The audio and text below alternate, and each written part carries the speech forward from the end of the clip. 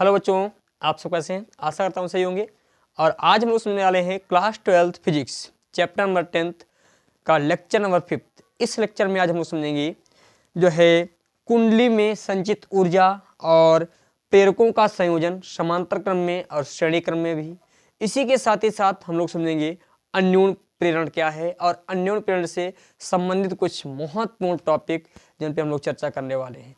तो copy pen लेकर के बैठ जाइएगा, ये लेक्चर आपके लिए बहुत ही इंपॉर्टेंट होने वाला है। इसको नोट करते रहिए, जो बताता रहूँ अपने आप नोट्स तैयार करते रहिए। तो चलिए स्टार्ट करते हैं आज का लेक्चर। तो हेडिंग मैंने लगा रखी पहले ही, कुंडली में संचित स्थितिज ऊर्जा। तो देखिए पहले ऊर्जा को हमें समझना पड़ेगा, ऊर्जा होती क्या है।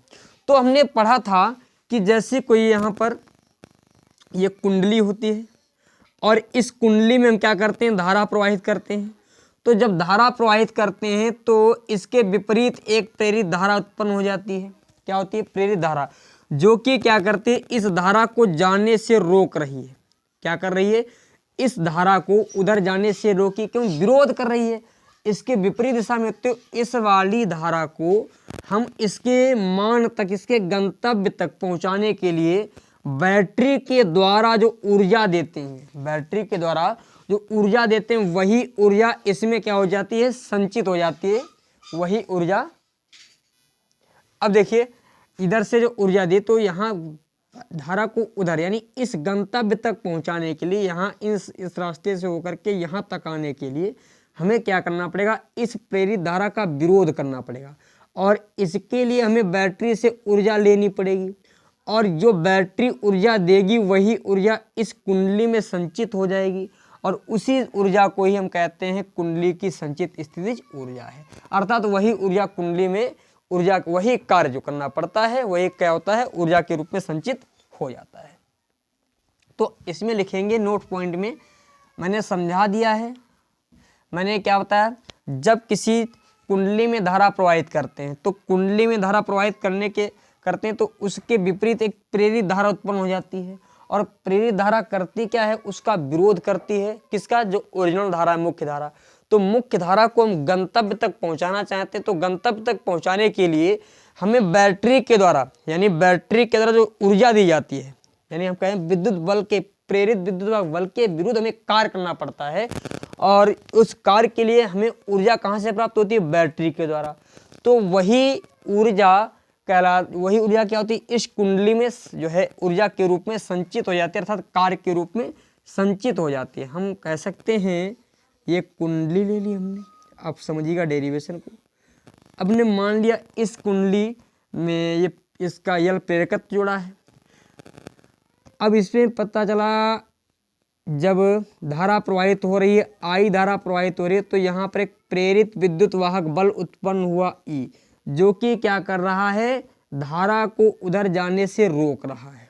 ठीक है, धारा को उधर जाने से रोक रहा है, परंतु हमें उधर पहुंचाना है।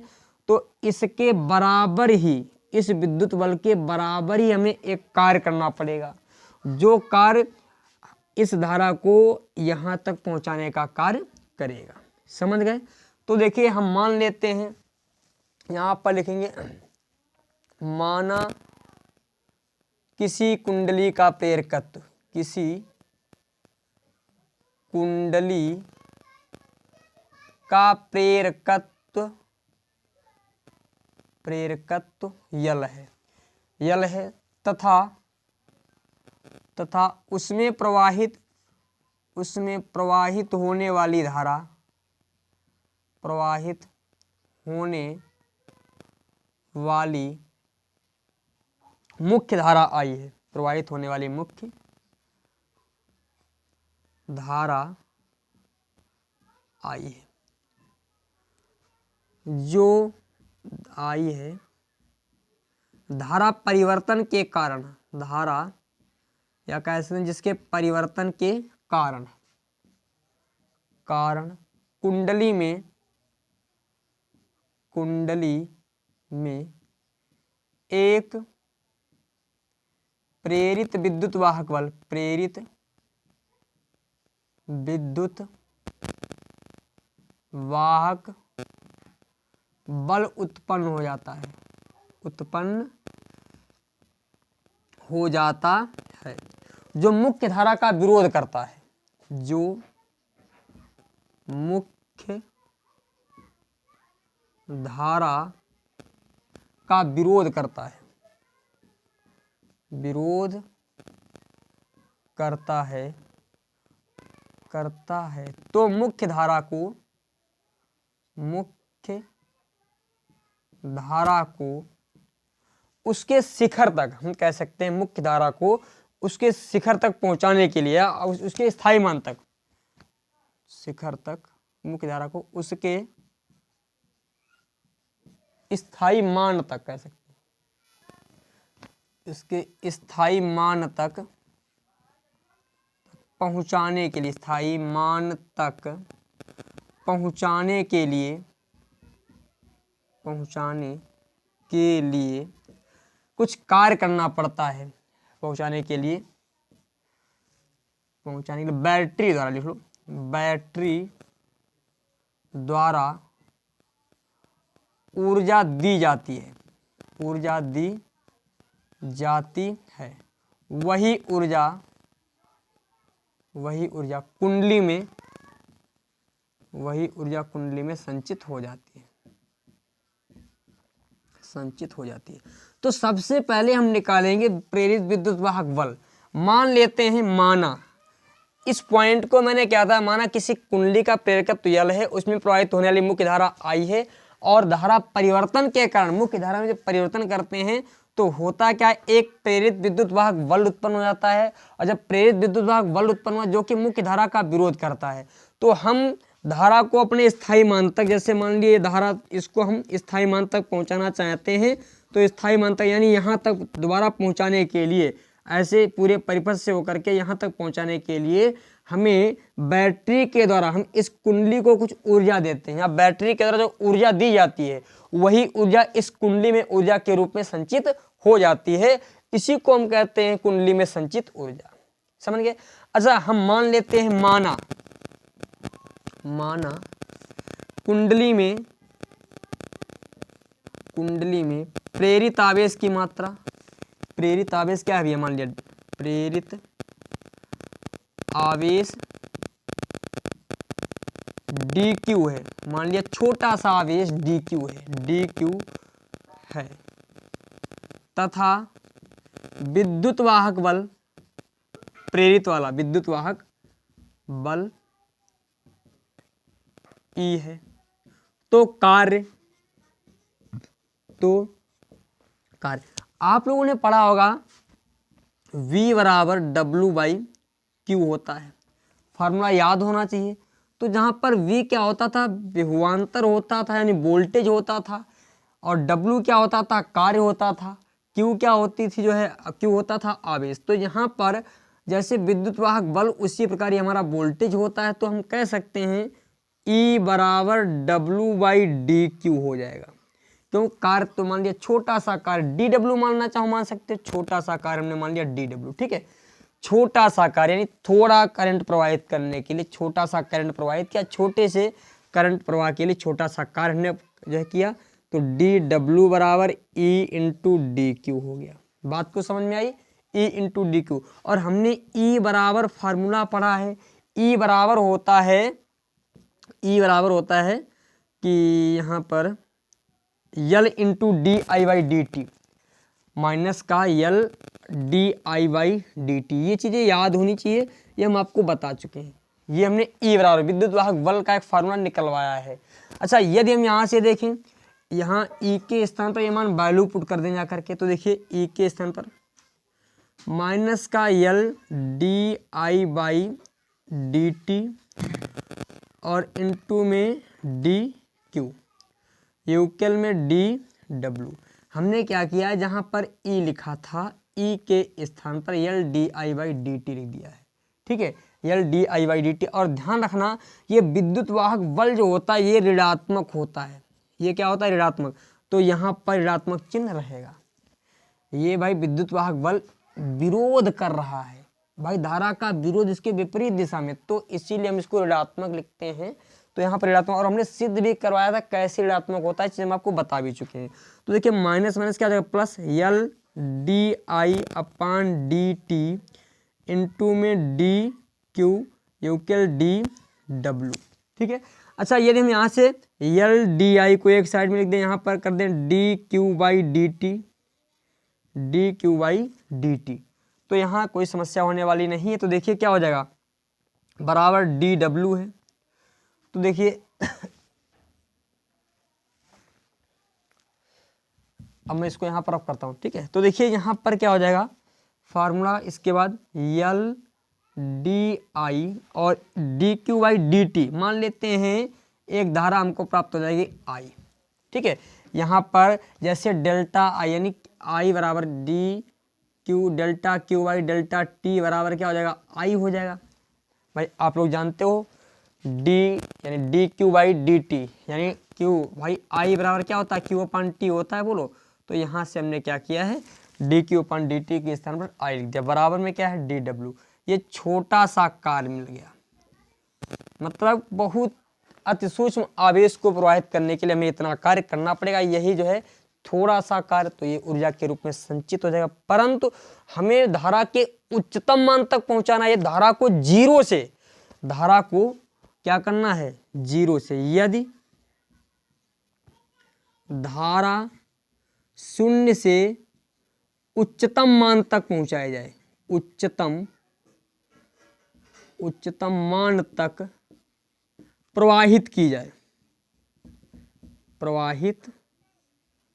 जाए, तो देखिए जब धारा उच्चतम मान तक प्रवाहित होगी तो हम क्या कर सकते हैं, इसका होल इंटीग्रेशन कर देंगे। तो देखिए इधर भी इंटीग्रेशन, जीरो से हम मान लेते हैं आई नॉट तक इसको पहुंचा रहे हैं, यल डी आई, और यहाँ पर इस वाले आई को हम इसके पास लाते हैं। देखो थोड़ा सा ये वाला जो आई है इसको यहाँ पर कर दिया, यल आई इंटू डी आई। यूक्ल में इसका भी इंटीग्रेशन कर रहे हैं डी डब्ल्यू का, जीरो से, भाई जीरो जब धारा तो जीरो कार्य, तो मान लेते हैं यहाँ तक हमें डब्ल्यू कार्य करना पड़ेगा जब आई नॉट धारा प्रवाहित होगी। बात तो समझ में आई। यहाँ पर हमने जो है छोटा सा कार्य किया, यानी छोटे से कार्य में इतनी धारा प्रवाहित हुई, यानी इतना हमें बल लगाना पड़ेगा, इतना कार्य करना पड़ेगा छोटे से कार्य के लिए। हमने कहा ये डी डब्ल्यू कार्य कर दिया जाए, मतलब जो आई नॉट धारा प्रवाहित की जाए, छोटी सी धारा डी आई प्रवाहित की तो इतना कार्य, और जब आई नॉट यानी उसके उच्चतम मान तक ले जाएंगे तो कितना जो है हमें कार्य करना पड़ेगा। तो उसके लिए देखिए इंटीग्रेशन करेंगे, तो इंटीग्रेशन के जो कांस्टेंट वैल्यू है यल, इसको बाहर निकाल दिया, यहाँ पर बचा आई डी आई, जीरो से आई नॉट तक, यूक्ल में यहाँ पर जीरो डब्ल्यू यानी डी डब्ल्यू। ठीक है, जीरो से डब्ल्यू तक।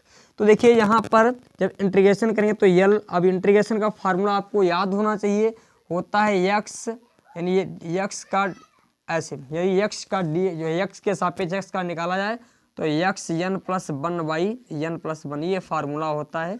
इसको नोट कर लेना बेटा कहीं पर, ये बहुत इंपॉर्टेंट है, इसी का जो है अधिकतर प्रयोग होता है।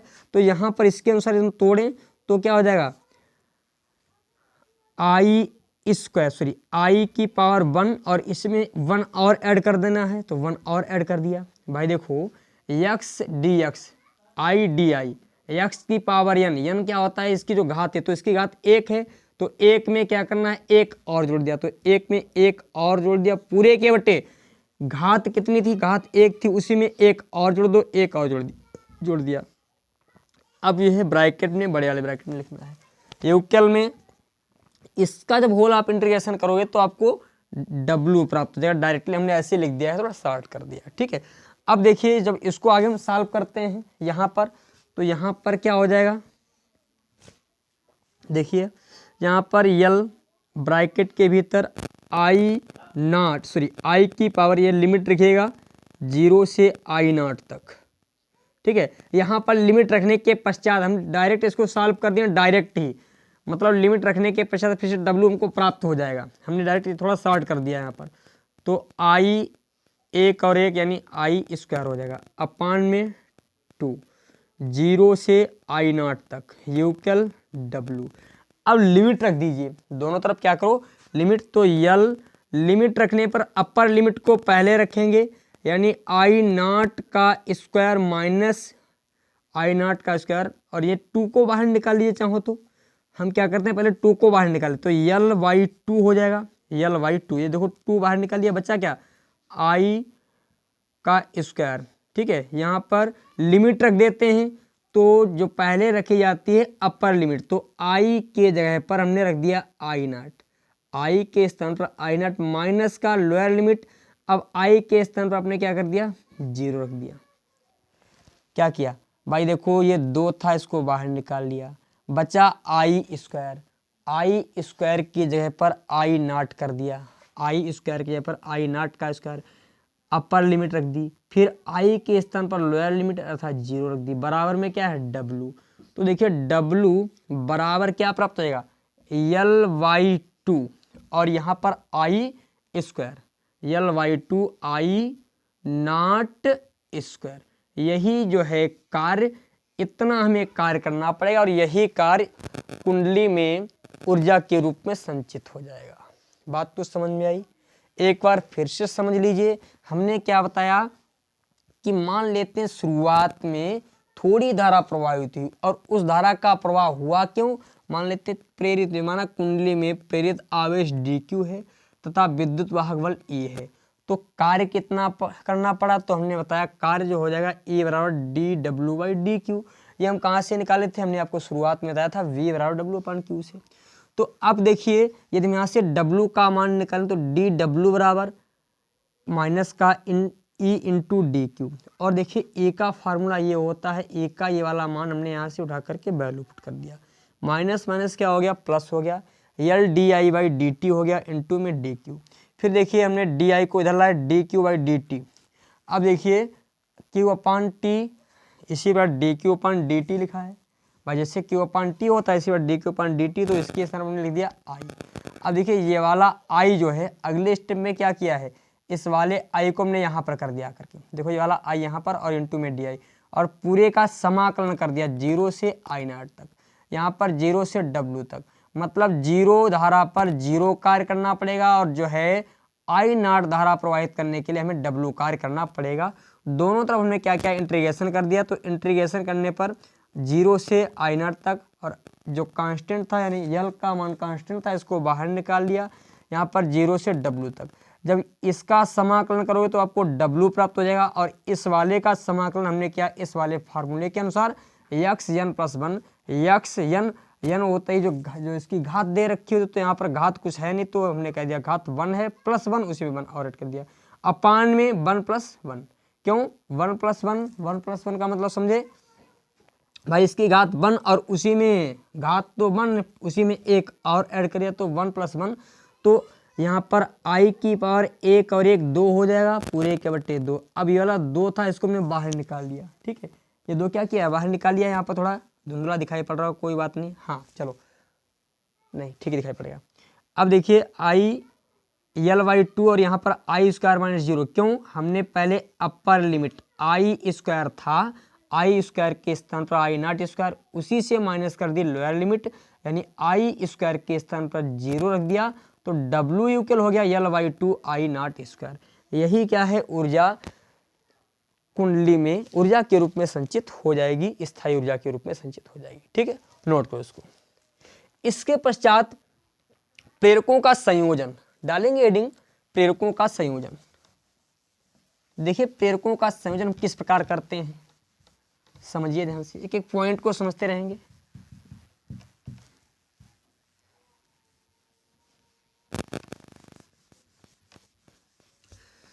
प्रेरकों का संयोजन, प्रेरकों का संयोजन। देखिए भाई प्रेरकों का संयोजन पहले हम डालेंगे श्रेणी क्रम में प्रेरकों का संयोजन, श्रेणी क्रम में संयोजन किसका, प्रेरकों का, श्रेणी क्रम में प्रेरकों का संयोजन, संयोजन, ठीक है, श्रेणी क्रम में प्रेरकों का संयोजन। तो मान लिया हमने श्रेणी क्रम में एक ये टू टू टै टै टै टू, एक ये इसका मान लेते हैं L1 है, और यहाँ पर एक दूसरा और जोड़ दिया ये यूं यूं यूं, इसका मान लिया L2 है, यहाँ पर एक सर जी और जोड़ देंगे ये मान लिया L3 है। इन सबको हमने एक बैटरी से जोड़ दिया, एक बैटरी से हमने जोड़ दिया, ठीक है। बैटरी का विद्युत वाहक बल हमने मान लिया जो है E है, क्या मान लिया E, और इसके सिरों के मध्य का विद्युत वाहक बल मान लिया E1 है, यहाँ पर मान लिया E2 है, यहाँ पर मान लिया E3 है। और प्रवाहित होने वाली धारा सभी में आई आई आई, यहाँ पर भी आई, यहाँ पर भी आई आई आई आई, और तेरी याद आई। सर कहाँ पहुँच गए आप? चलिए तो ये फार्म जो है चित्र बना लीजिए, बहुत अच्छा सा चित्र है। चित्र सभी अच्छे होते हैं और हमको समझने भी है एक एक पॉइंट करके, और नोट भी करते रहिएगा, ठीक है। मेन चीज नोट करना है आपको। लिखना चाहेंगे तो लिख लेंगे। 3 प्रतिरोध जिनका जो है, 3 प्रेरक जिनका प्रेरकत्व L1 L2 L3 है, इनको श्रेणी क्रम में जोड़ा गया है, ठीक है। इतना लिख लीजिए, ज़्यादा कुछ नहीं है, ठीक है। तो मान लेते हैं हम यहाँ पर सॉल्व करेंगे। पहले चालक के लिए, पहले चालक का विद्युत वाहक बल, पहले या L1 के लिख लो, L1 प्रेरक के लिए, प्रेरक के लिए या के सिरों का, के सिरों के मध्य का विभवांतर, मध्य प्रेरित विद्युत वाहक बल, ये ठीक है। प्रेरित विद्युत वाहक बल, प्रेरित विद्युत वाहक बल E बराबर हमने मान लिया E1 है। E1 बराबर क्या हो जाएगा? माइनस का L1 D I by D T, D I by D T हमने कर दिया है, ठीक है। D I by D T, यहाँ तक कोई समस्या होने वाली नहीं है। फिर देखिए इसी प्रकार E2, ये कहाँ से लाए? ये फार्मूले से लाए हैं भाई। ये फार्मूले आपको याद होंगे तभी आपको चीज़ समझ में आएंगी। ये फार्मूले आपको रटे होने चाहिए अच्छी तरीके से, और जब तक ये फार्मूले नहीं रटे होंगे तब तक ये समझ बाउंस करेगा। इसी प्रकार दूसरे के लिखें, यानी L2 प्रेरक के सिरों के मध्य का प्रेरित विद्युत वाहक बल मान लेते हैं E2 हो जाएगा, माइनस का L2 D I by D T हो जाएगा। इसी प्रकार L3 को लिखना चाहें तो L3 क्या हो जाएगा? E3 बराबर माइनस का L3 D I by D T हो जाएगा, ठीक है। यहाँ तक कोई समस्या वाली बात नहीं है। हम मान लेते हैं इन सबको जोड़ करके एक नया प्रतिरोध बना दिया गया, एक नया प्रेरक बना दिया गया है, जिसका मान है L, ठीक है। जिसका मान क्या है? L है। और इसका प्रेरित विद्युत वाहक बल क्या है? E है। और इसमें प्रवाहित होने वाली धारा I है। तो यहाँ पर लिखें इन तीनों प्रेरकों को या कुंडलियों को लिख सकते हैं, ठीक है। इन तीनों प्रेरकों को जोड़कर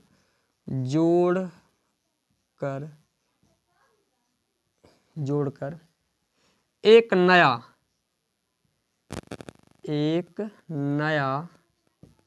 प्रेरक बनाया गया, जिसका प्रेरकत्व L है, तथा विद्युत वाहक बल E है। तो हम लिखना चाहें तो E बराबर क्या हो जाएगा? माइनस का L, इसमें प्रवाहित होने वाली धारा क्या है? D I by D T है, तो D I by D T कर दिया। अब हम क्या करें? हम कह सकते हैं यहाँ से E दिया था तो E1 E2 E3 के बराबर होगा, तो कह सकते हैं परिपथ का, यानी E बराबर हम इसको जो है E बराबर जो होगा E1 E2 और E3। बात को समझिए, इन सब को जोड़ करके यहाँ से यानी इसको जोड़ा गया तो ये बनाया गया है। तो हम कह सकते हैं इसका जो योग होगा, इसका प्रेरित विद्युत वाहक बल जो होगा वो इन सब के बराबर होगा, कह सकते हैं। तो E जो होगा वो E1 E2 और E3 के बराबर होगा। बात को समझ में आई? हमने कहा जो E होगा वो E1 E2 और E3 के बराबर होगा। क्यों भाई? इन सबको ही तो जोड़ करके लाया गया है। तो यहाँ पर E के स्थान पर हम लिख देंगे माइनस का L D I by D T, E2 के स्थान पर माइनस का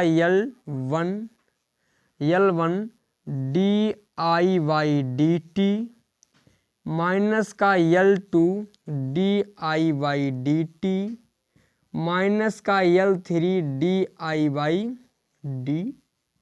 ठीक है, अब देखिए माइनस चिन्ह हम कॉमन ले लें तो माइनस चिन्ह कॉमन ले लिया, यहाँ पर ऐसे रहने दो, यहाँ पर कॉमन लेने की आवश्यकता नहीं है। यहाँ पर माइनस का L di/dt ऐसे रहने दो, इधर माइनस चिन्ह कॉमन ले लीजिए। जब माइनस चिन्ह कॉमन लेंगे और कुछ कॉमन मिल रहा है, di/dt भी कॉमन मिल रहा है, तो di माइनस का di/dt कॉमन लिया है, di/dt। तो देखिए क्या बचा, माइनस का जब चिन्ह कॉमन लिया तो अंदर के सभी चिन्ह बदलेंगे, L1 प्लस का हो जाएगा, L2 भी प्लस का हो जाएगा, L3 भी क्या हो जाएगा, प्लस का हो जाएगा। di से di/dt से di/dt कट जाएगा, माइनस से माइनस कट जाएगा, तो फार्मूला आएगा L बराबर L1 L2 प्लस L3। ये डेरिवेशन हो जाएगा, इसको आप लोग नोट कर लें अच्छी तरीके से। ठीक है, नोट करो जल्दी से, स्क्रीनशॉट ले लीजिएगा। ये तो हमारा हो गया श्रेणी क्रम संयोजन। यदि समांतर क्रम में जोड़ दिया जाए तो क्या हो जाएगा, ठीक है, ये समांतर क्रम में जोड़ा जाए। देखिए चलो मैं इसको रफ कर रहा हूँ, चलो भाई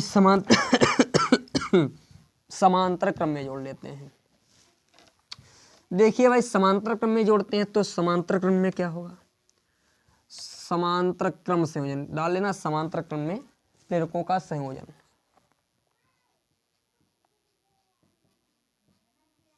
समांतर क्रम में मान लिया ये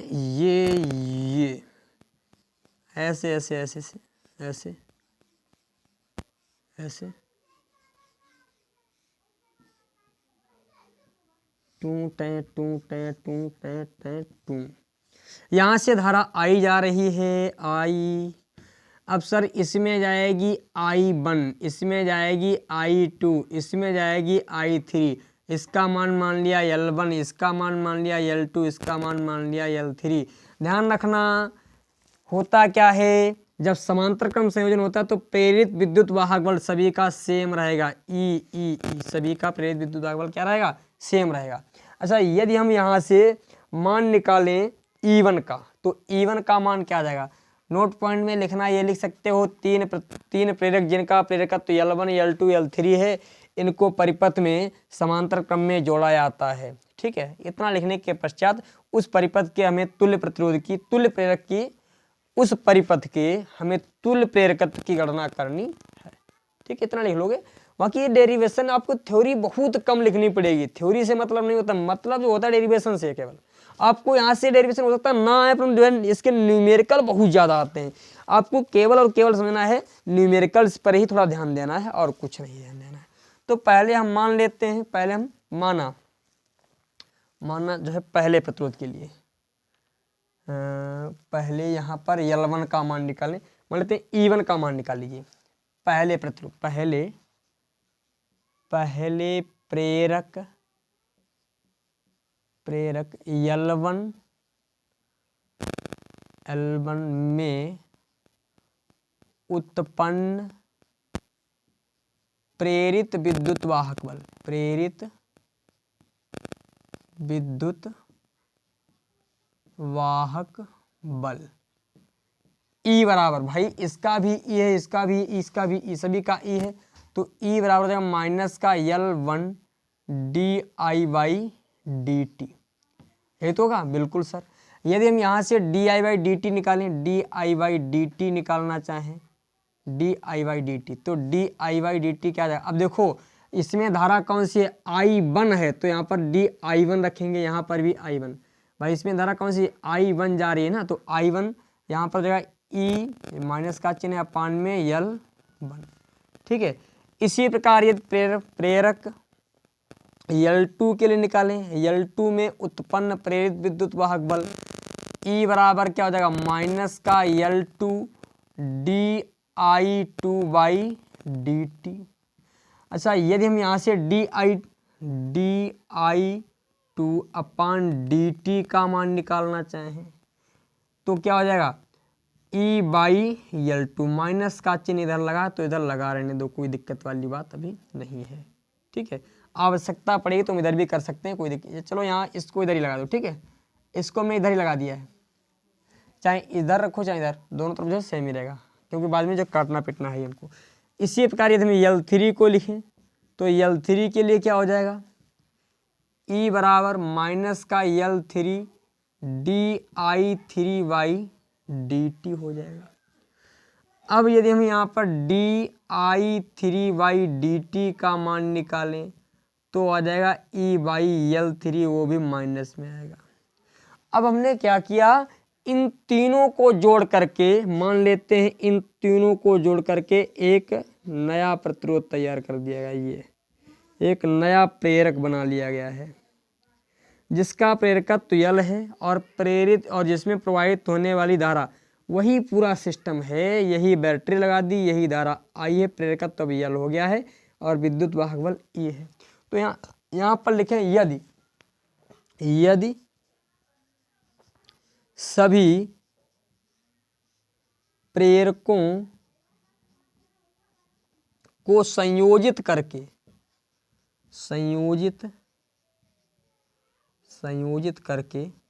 एक प्रेरक बना लिया जाए, एक प्रेरक बनाया जाए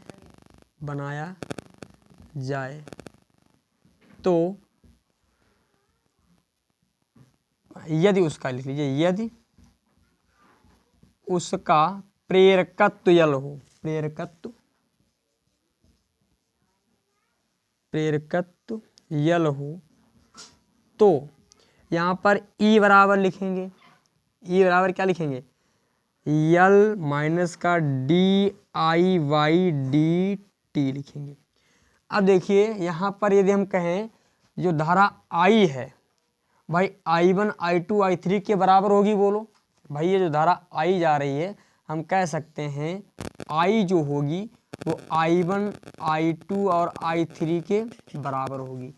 यदि हम यहाँ पर परिवर्तन की दर की बात कर लें, यदि परिवर्तन की दर की बात की जाए, परिवर्तन की दर ज्ञात करें, परिवर्तन की दर कह दी जाए तो परिवर्तन की दर यानी I डेल्टा I/डेल्टा t कर देंगे, यूक्ल डेल्टा I1/डेल्टा t प्लस डेल्टा I2/डेल्टा t कर देंगे, प्लस डेल्टा I3/डेल्टा t कर देंगे। ठीक है, अब देखो डेल्टा या डी इसको चाहो तो डी लिख दीजिए, कोई दिक्कत वाली बात नहीं, छोटा सा मान डी कर दो, ज़्यादा बेहतर रहेगा डी, हर जगह डी कर दिया।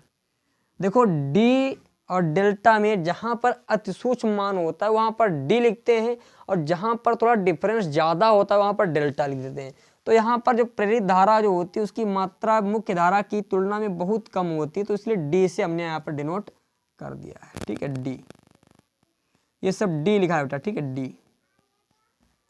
अब देखिए सभी के मान वैल्यू पुट कर दो, सभी के क्या करो, मान वैल्यू पुट करो। अच्छा यहाँ से देखिए, यहाँ से देखो, यदि हम यहाँ से di/dt का मान निकालें तो आ जाएगा माइनस का E/L, माइनस का E/L। अब सभी के मान वैल्यू पुट कर दो तो di/dt के स्थान पर माइनस का E/L, di1/dt के स्थान पर माइनस का E/L1, फिर माइनस का E/L2, माइनस का E/L3। देखिए माइनस ऐसे रहने दो, E/L इसको, यहाँ पर माइनस E कॉमन मिल जाएगा, माइनस E देखो सभी के पास E है, कॉमन ले लिया। यहाँ पर अच्छा 1/L1 plus 1/L2 plus 1/L3, E से E कटेगा, माइनस से माइनस कटेगा तो 1/L equal 1/L1 plus 1/L2 plus 1/L3 आ गया। समझे, ये जो है हमारा डेरिवेशन हो गया, फार्मूला याद हो गया। ठीक है, अब देखिए इसके बाद बात आती है अन्योन प्रेरण की, यानी म्यूचुअल इंडक्शन। तो देखिए इसको मैं रफ कर रहा हूँ और नोट कर लीजिएगा, स्क्रीनशॉट पे ले लीजिएगा। तो देखिए अन्योन प्रेरण क्या होता है, और ये जहाँ तक कोशिश करेंगे आज आपका चैप्टर फिनिश हो जाए, और नहीं फिनिश होता है कल जो है छोटी सी एक वीडियो फिर से डालेंगे। चलो आज प्रेरकत्व, तो कल जो है 2 टॉपिक रह जाएंगे और कुछ न्यूमेरिकल भी देख लेंगे। चलो ठीक है, अन्योन प्रेरण क्या होता है अन्योन प्रेरण, समझिएगा इसको ध्यान से। एक छोटा सा टॉपिक है अन्योन प्रेरण। अन्योन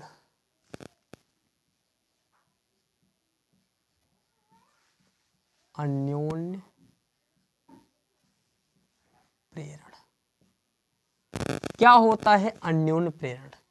देखिए अन्योन्य प्रेरण हम बताते हैं आपको। जैसे एक हमने कुंडली ले ली और इस कुंडली में हम जो है धारा परिवर्तक लगा दिए हैं, ये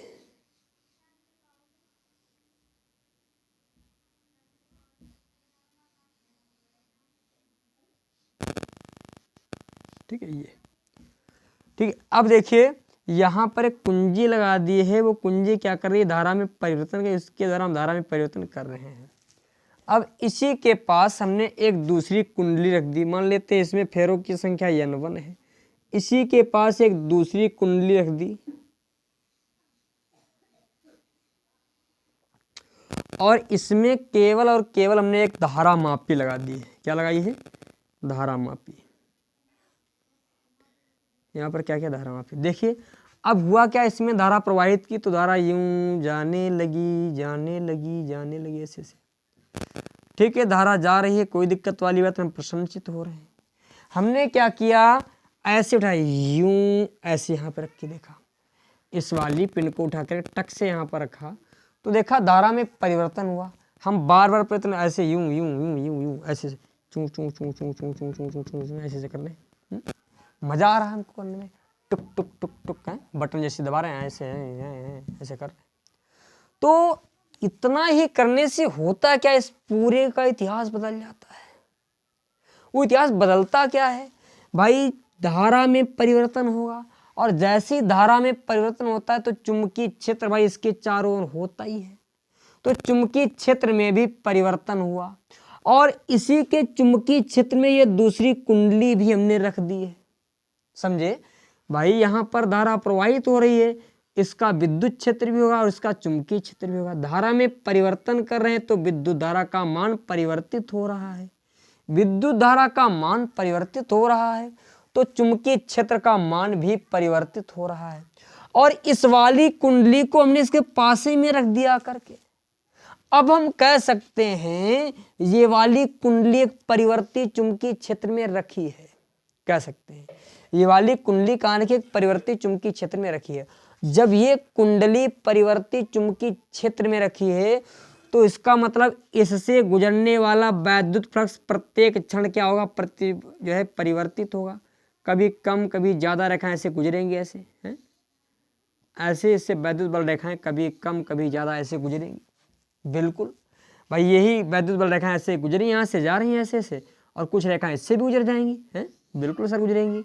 इस प्रकार से बात को समझिए। इसको थोड़ा बड़ा फिगर बनाते हैं ताकि आपको जो फीलिंग ले सको अच्छी तरीके से, बस फीलिंग आ जाए फिर दिक्कत नहीं है। मेन चीज होता है समझना। यहाँ पर ये धारा नियंत्रक यूं, ये बैटरा लगा दिया, ये ऐसे, ये कुंजी उंजी लगा दी, ठीक है। तो मान लेते हैं जब इसमें धारा प्रवाहित करेंगे तो इसमें जो है धारा में परिवर्तन करने से होता क्या है, विद्युत भाई चुंबकीय क्षेत्र, तो चुंबकीय क्षेत्र में चुंबकीय फ्लक्स भी उत्पन्न होता है, ऐसे समझिए। ये हमने चुंबकीय बल रेखाएं ऐसे गुजार दी हैं, ये चुंबकीय बल रेखाएं, ठीक है। अब लगातार इसमें हम क्या कर रहे हैं, लगातार लगातार परिवर्तन कर रहे हैं। ये चुंबकीय बल रेखाएं हैं, तो चुंबकीय बल रेखाओं की संख्या क्या हो रही, परिवर्तित हो रही, कभी कम कभी ज़्यादा, कभी कम कभी ज़्यादा। क्यों, जब ज़्यादा धारा प्रवाहित करें तो ज़्यादा चुंबकीय बल रेखाएं, कम धारा प्रवाहित करें तो कम चुंबकीय बल रेखाएं। अब यही इसी के पास में हमने एक अन्य कुंडली रख दिया करके, ये कुंडली रख दिया करके इसमें एक धारा मापी लगा दी। अब जब धारा मापी लगाई तो इधर हम ऐसे टुक टुक कर रहे हैं भाई, इसमें धारा परिवर्तित कर रहे हैं, पर हम देखा क्या, ये धारा मापी जो थी इसने भी बता दिया कि सर इसमें भी धारा प्रवाहित हो गई। मतलब बैटरी इसमें लगा रखे हैं, धारा इसमें प्रवाहित होने लगी। ये सिस्टम क्या है भाई, ये तो करिश्मा हो गया, एकदम जादू हो गया, बहुत अच्छी चीज आ गई। मतलब ये हुआ कि एक बैटरी से पूरा घर जला सकते हैं, एक बल्ब जला लो, एक बल्ब, या कहीं एक तार ले लो, उसी के पास दूसरा तार रख दो आकर, उसमें धारा ऑटोमेटिक प्रवाहित हो जाएगी। बहुत अच्छा आविष्कार है भाई, बिल्कुल, बड़ा मजेदार। मतलब एक बैटरी से आप सब कुछ कर सकते हो। तरीका होना चाहिए कि इसी के पास रख दो और इसमें चुंबकीय क्षेत्र, यानी चुंबकीय क्षेत्र जब इसमें धारा का मान परिवर्तित होगा और जब इसमें धारा का मान परिवर्तित, तो इससे गुजरने वाली चुंबकीय बल रेखाओं की संख्या भी परिवर्तित होगी। और जब चुंबकीय बल रेखाओं की संख्या परिवर्तित हुई, इसका मतलब कह सकते हो चुंबकीय फ्लक्स परिवर्तित हुआ।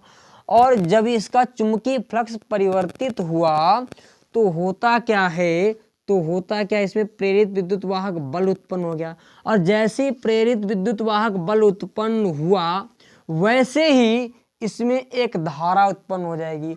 और उस धारा की दिशा क्या होगी, उस धारा की दिशा क्या होगी, देखिए यदि ये धारा ऐसे ऐसे जा रही है, ऐसे उधर जा रही है, तो धारा हमेशा, जो प्रेरित धारा, किसने बताया है, जो है फैराडे का दूसरा नियम भी बता रहा है, लेंज का भी नियम बता रहा है कि उस धारा की जो दिशा होगी ऑलवेज, सदैव होती है विपरीत उस धारा के जिससे वो उत्पन्न होती है। तो मतलब इसमें जो प्रेरित धारा उत्पन्न हुई है वो किसके विपरीत होगी, वो विपरीत होगी भैया इसमें प्रवाहित होने वाली धारा।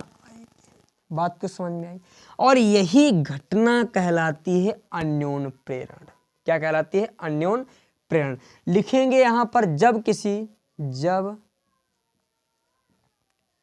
किसी कुंडली में धारा प्रवाहित होती है, धारा प्रवाहित करते हैं, तो उस कुंडली के चारों ओर एक चुंबकीय क्षेत्र, चारों ओर एक चुंबकीय क्षेत्र उत्पन्न हो जाता है। चुंबकीय क्षेत्र उत्पन्न हो जाता है। यदि उसी कुंडली के पास, यदि उसी कुंडली के पास कोई अन्य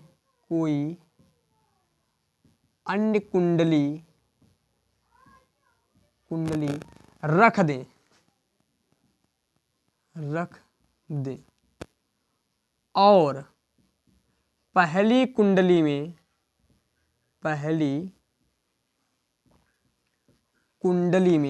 प्रवाहित होने वाली धारा, पहली कुंडली में प्रवाहित होने वाली धारा में परिवर्तन करें, धारा में परिवर्तन करें।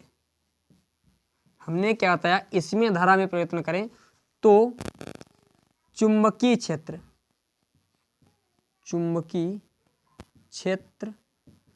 परिवर्तित होता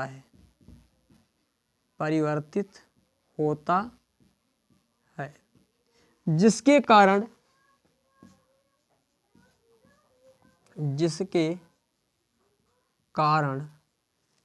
द्वितीय कुंडली में, भाई चुंबकीय क्षेत्र परिवर्तित, तो ये कुंडली रखी कहाँ है, इसके चुंबकीय क्षेत्र में रखी है ना, जिसके कारण द्वितीय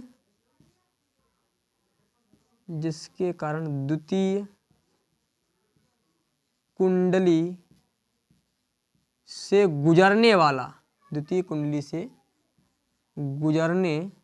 वाला वैद्युत फ्लक्स, चुंबकीय फ्लक्स लिखिए, चुंबकीय फ्लक्स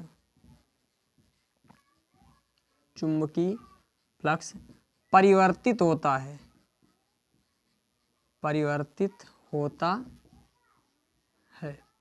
जिसके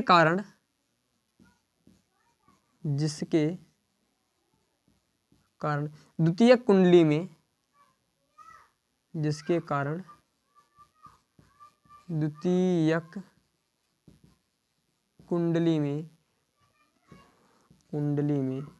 प्रेरित विद्युत वाहक बल उत्पन्न होता है, प्रेरित विद्युत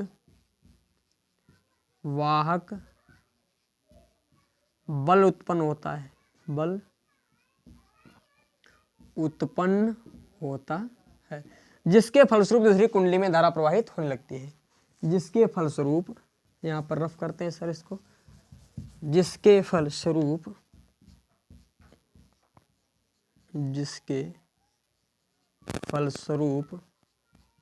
दूसरी कुंडली में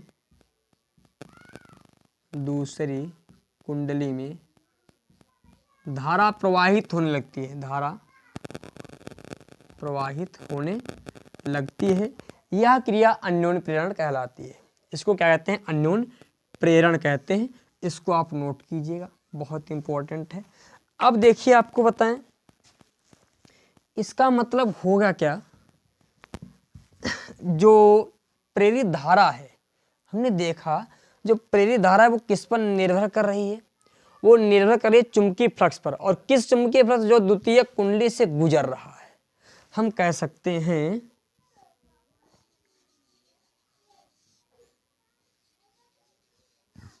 इसमें N1 है, इसमें N2 फेरे हैं, इससे गुजरने वाला फाई जो है फ्लक्स मान लेते हैं φ2 है, इसका φ1 है, इसमें प्रवाहित धारा I1 है। तो देखा जाए भाई जो N2 φ2, बात को समझिए भाई, इनसे गुजरने वाला जो वैद्युत फ्लक्स है वो किस पर निर्भर कर रहा है? वो इस धारा पर निर्भर कर रहा है। मतलब धारा जितनी ज़्यादा होगी तो इससे उतना ज़्यादा फ्लक्स गुजरेगा, जितना ज़्यादा इसमें परिवर्तन होगा भाई, धारा का उच्च मान होगा तो प्रबल चुंबकीय क्षेत्र होगा। भाई धारा का उच्च मान, भाई देखो F बराबर, बेटा F बराबर हमने पढ़ा है IBL।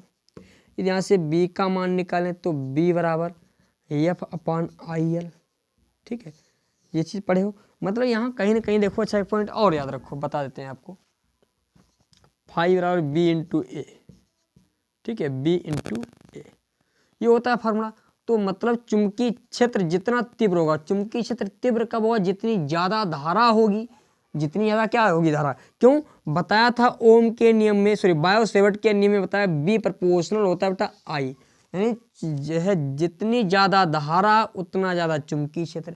तो धारा का मान जितना ज़्यादा तो उसका चुंबकीय क्षेत्र इतना ज़्यादा। भाई जितना धारा को बढ़ाएंगे यानी I इंक्रीज की तो चुंबकीय क्षेत्र इंक्रीज हुआ। जब चुंबकीय क्षेत्र इंक्रीज हुआ तो फाई का भी मान इंक्रीज होगा, और जब फाई का भी मान इंक्रीज हुआ तो φ2 का भी मान क्या हो जाएगा भैया? इंक्रीज होगा। हम इससे कह सकते हैं कि जो φ2 है वो डायरेक्टली प्रोपोर्शनल है I1 के। भाई इसको बढ़ाओ तो ये ऑटोमेटिक बहुत जल्दी से बढ़ जाता है। अर्थात हम कह सकते हैं, हम यहाँ पर लिख सकते हैं कि जो द्वितीयक कुंडली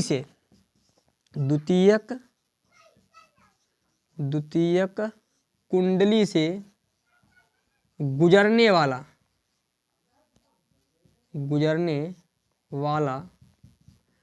फ्लक्स प्राथमिक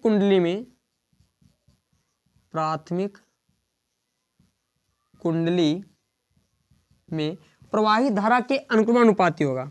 प्रवाहित धारा के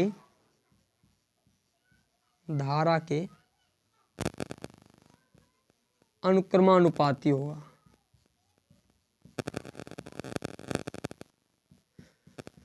अर्थात हम कह सकते हैं N2 φ2 प्रोपोर्शनल होगा किसके? I1 के। N2 φ2 हमने मान लिया भाई, एक फेरे से φ2 है तो N, इसमें फेरों की संख्या N2 है तो N2 φ2 हो जाएगा। N2 φ2 प्रोपोर्शनल हो गया किसके? I के। अच्छा, यदि हम N2 φ2 प्रोपोर्शनल का निशान हटाएं तो यहाँ पर एक कांस्टेंट आता है जिसको कहते हैं M और I1। यही जो M है इसी को कहा जाता है अन्योन्य प्रेरण गुणांक। इसी को कहते हैं अन्योन्य प्रेरण गुणांक कहते हैं, या हम इसको अन्योन्य प्रेरकत्व भी कह देते हैं। अन्योन्य प्रेरकत्व। ठीक है। अच्छा, यहां से हम M का मान निकालें तो देखिए M बराबर क्या हो जाएगा? M बराबर N2 φ2/I1। N2 φ2/I1 हो जाएगा। यदि हम इस फार्मूले में क्या करें, इसको मैं रफ कर रहा हूँ ऊपर, ठीक है, इसको आप स्क्रीनशॉट ले लीजिएगा, बैक करके बहुत देर तक लिखा रहा था 1 2 3 देखिए हम यहाँ से जो यम बराबर निकाले हैं, यम बराबर N2/2 यदि I1 का मान 1 कर दे तो यम बराबर हो जाएगा N2/2। परिभाषा यहाँ से बन जाएगी, यदि प्राथमिक कुंडली में, यदि जो है पास में रखिए दो कुंडलियों में किसी एक कुंडली में प्रवाहित होने वाली धारा का मान 1 एम्पीयर है तो दूसरी कुंडली से गुजरने वाले वैद्युत फ्लक्स को ही हम क्या कहते हैं, अन्योन्य प्रेरण गुणांक कहते हैं। नोट पॉइंट में लिख लीजिए, यदि पास में रखी दो कुंडलियों में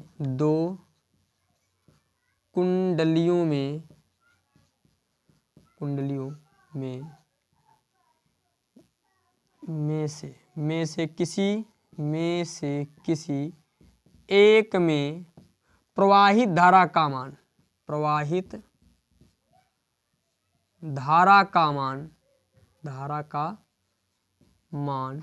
1 एम्पीयर हो तो दूसरी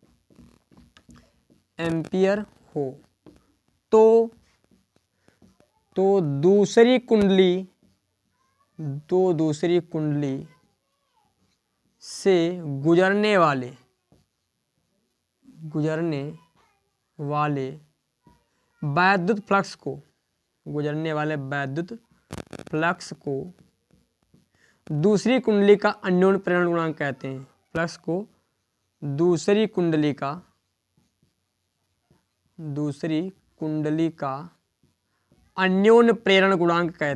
अन्योन्य प्रेरण गुणांक कहते हैं।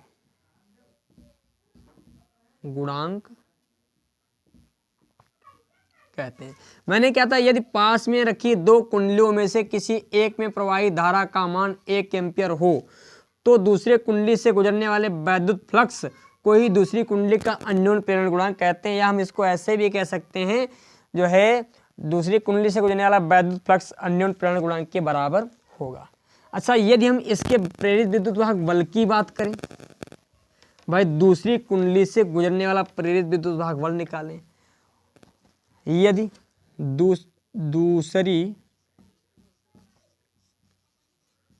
कुंडली में प्रेरित विद्युत वाहक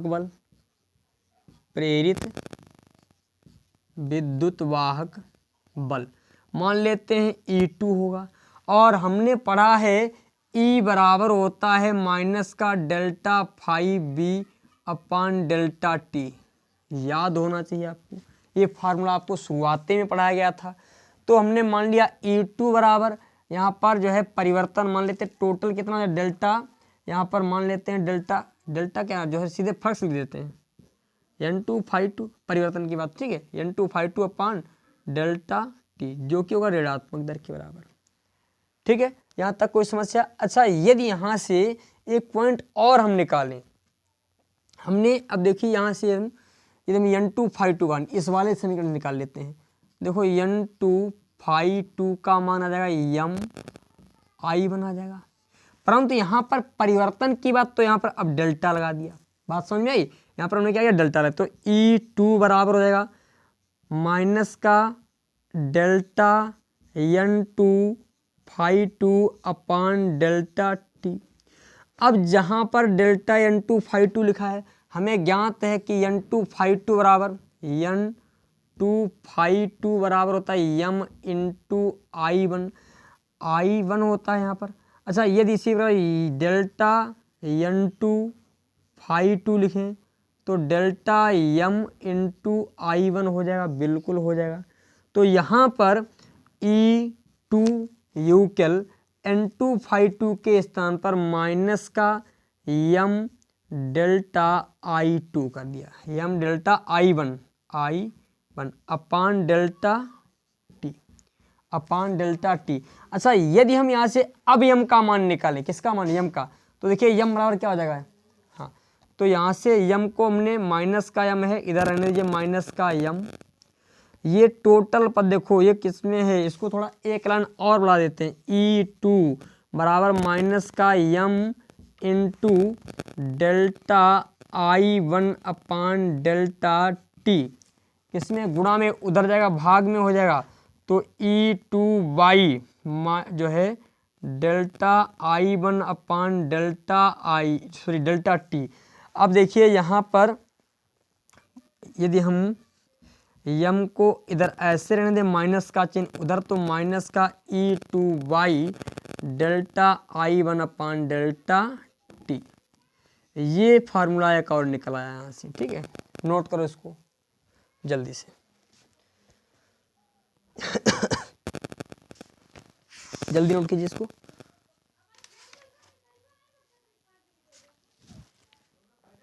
अब देखिए यहाँ से परिभाषा क्या बनेगी, इसको मैं रफ करता हूँ। परिभाषा यहाँ से भी बनेगी, मैं इसको बोल दूंगा, आप लोग नोट कर लेंगे।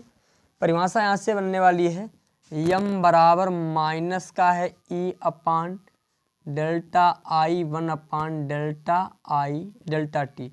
यदि हम मान लेते हैं delta I1 upon delta T बराबर 1, तो परिभाषा क्या हो जाएगी, यदि प्राथमिक यानी पहली कुंडली में E2 है बेटा, कुंडली में धारा परिवर्तन एकांक हो, धारा परिवर्तन की दर एकांक हो, तो दूसरी कुंडली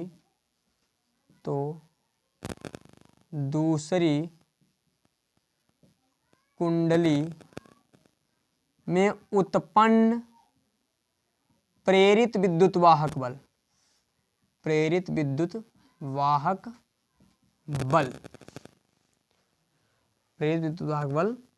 अन्योन्य प्रेरण गुणांक के बराबर होगा।